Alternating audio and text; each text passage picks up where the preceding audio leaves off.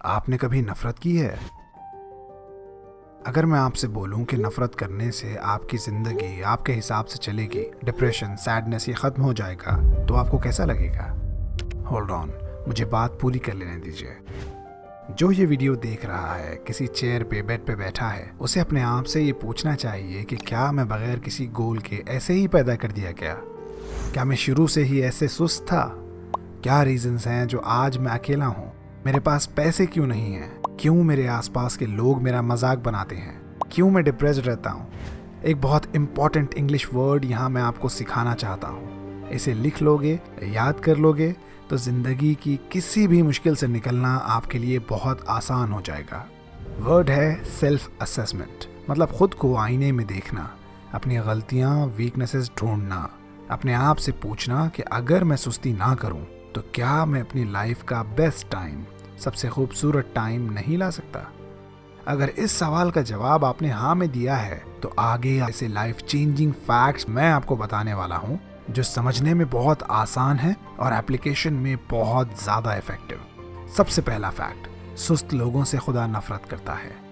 आपको अपनी लाइफ बनानी है तो अपनी सुस्ती से नफरत करना आपको सीखना होगा। आपको ये एक बहुत साधारण सी बात लग रही होगी, लेकिन मैं आपको समझाता हूँ कि ये कितना इम्पोर्टेंट है। काम में सुस्ती करने वाले लोगों के, ज़्यादा सोने वाले लोगों के दिल उदास होते हैं। आपने वो वर्ड सुने होंगे, depression, anxiety, mental issues.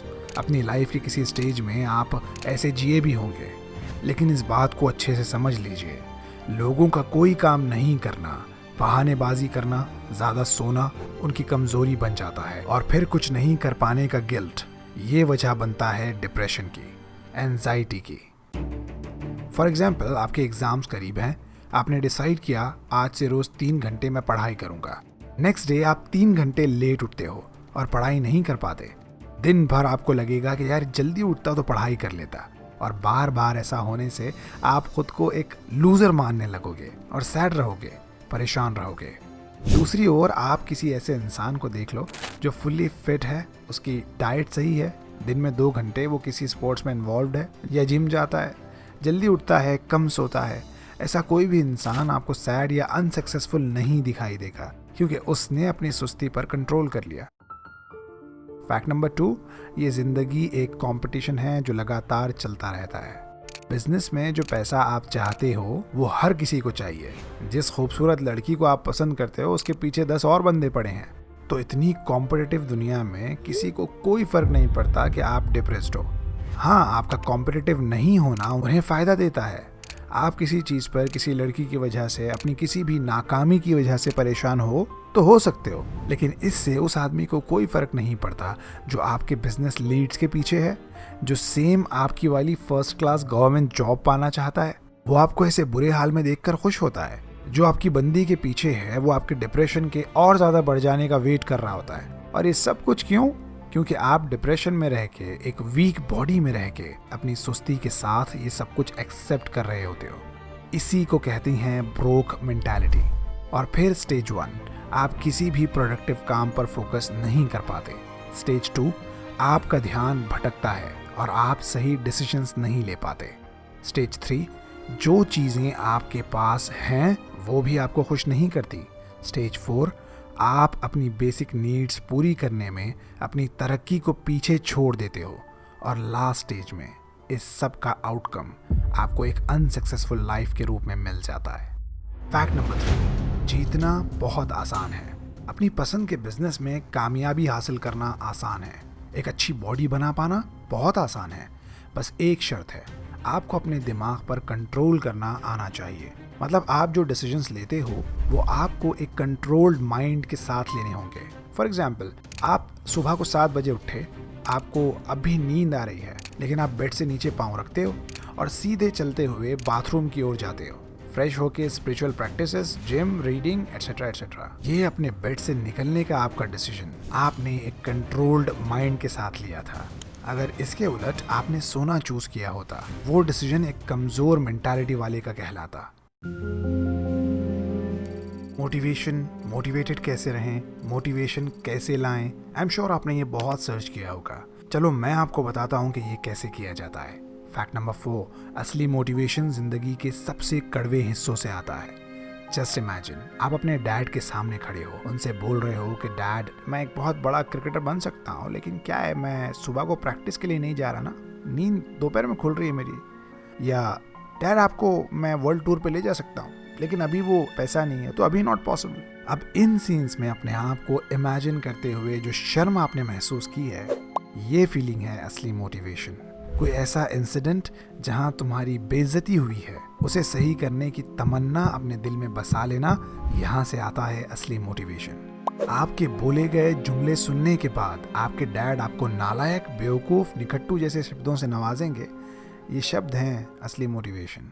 Fact number 5, affirmations काम करते हैं। कुछ एफर्मेशंस आपको खुद को याद करवाने होंगे। इन्हें आपको रोज अपने आप को याद दिलाना होगा, खुद से कहना होगा कि मैं मानता हूँ कि अब तक मैं गलत था, अब मैं डिप्रेशन से निकलकर इस हालत के बिल्कुल उलट एक बढ़िया सी जिंदगी जीने के लिए स्टेप्स लूंगा। मैं सीखूंगा, मैं मुश्किल लेकिन अपने फायदे के डिसीजंस लूंगा।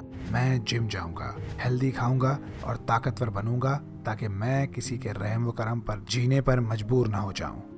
एक पेन पेपर लो और ये लिख लो कि कमज़ोर होना, गरीब होना मतलब अपनी ज़रूरतों के लिए किसी और पर डिपेंड होना, खाने पीने, रहने और पहनने के लिए दूसरों के आगे हाथ फैलाना, शर्मिंदा होना, और इस सब का मतलब है एक बेकार सी लाइफ जीना। चलो मैं आपको बताता हूँ कि एक भीख मांगने वाले और चैरिटी करने वाले में फ़र्क क्या होता है, एक्चुअल डिफरेंस क्या होता है। चैरिटी करने वाला वो एफर्ट्स लेता है, अपनी लाइफ में स्किल्स सीखता है जिससे वो पैसा कमा सकता है, वो कम्युनिकेशन स्किल्स सीखता है, कनेक्शंस बनाता है जो बिजनेस में उसे काम आते हैं, अपनी एक एम्पायर खड़ी करता है। और मांगने वाला वो सोता है, बैठता है, खाता है और फिर सो जाता है।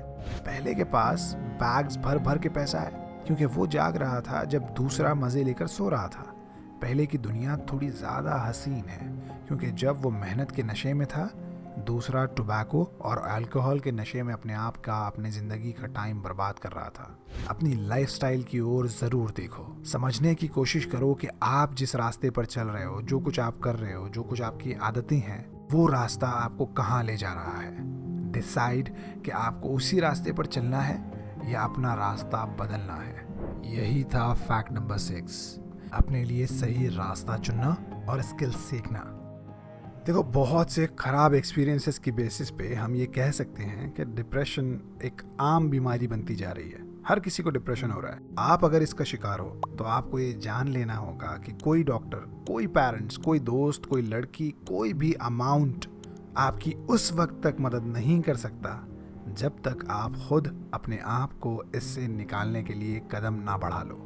मैं जानता हूँ कि अपने इमोशंस पर काबू पाना बहुत मुश्किल होता है, लेकिन ना मैंने ये कभी कहा ना किसी और ने कि मेंटली स्ट्रांग हुए बगैर भी कोई इंसान अपनी लाइफ को बेटर बना सकता है। देखो, आप जानते हो कि मैंने आपको अपने चैनल को सब्सक्राइब करने के लिए बहुत कम बोला है, लेकिन आज मैं चाहता हूँ कि आप मेरा ये वीडियो ज़्यादा से ज़्यादा शेयर करो। मैं चाहता हूँ कि हर वो इंसान जो अपनी ज़िंदगी में किसी भी प्रॉब्लम से जूझ रहा है, वो इस वीडियो को देखे। अपने दोस्तों के साथ, अपने बहन भाइयों के साथ आप इसे शेयर करो। वीडियो पसंद आई है तो कमेंट में लिखो आई लाइक्ड इट। इस तरह से आप मुझे मोटिवेट करोगे और भी बहुत अच्छे वीडियोस मेहनत से बनाने के लिए। नेवर क्विट से मैं बात आपकी एक बहुत कमाल की और खुशियों भरी ज़िंदगी की दुआ करता हूँ। Thank you for watching.